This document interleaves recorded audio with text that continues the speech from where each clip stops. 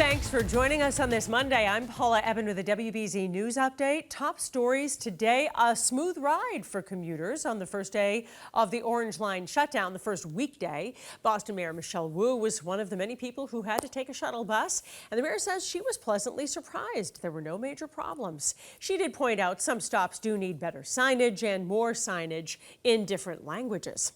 Dr. Anthony Fauci is planning to step down from his post. In a statement, Dr. Fauci said he'll leave in December to pursue the next chapter of his career. Fauci has served as director of the National Institute of Allergy and Infectious Diseases for decades and is now chief medical advisor to the president. The 81-year-old is a graduate of Holy Cross. And today's rain should help the crews who've been battling this brush fire burning at the Breakheart Reservation in Saugus. National Guard helicopters were called in over the weekend to help with water drops, and the park is closed through at least Wednesday because of that fire.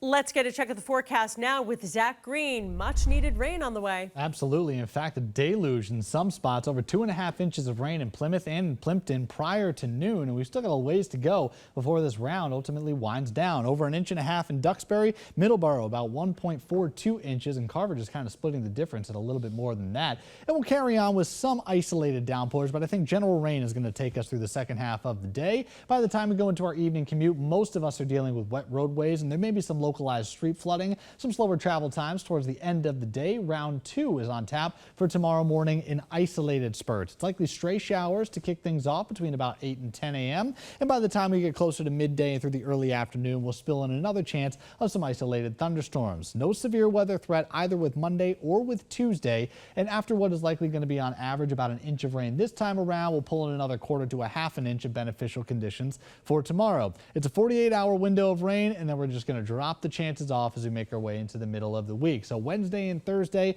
looking generally dry. Friday is going to be the warmest of that spell, a summer touch from the middle to the end of the week, close to 90 degrees that afternoon.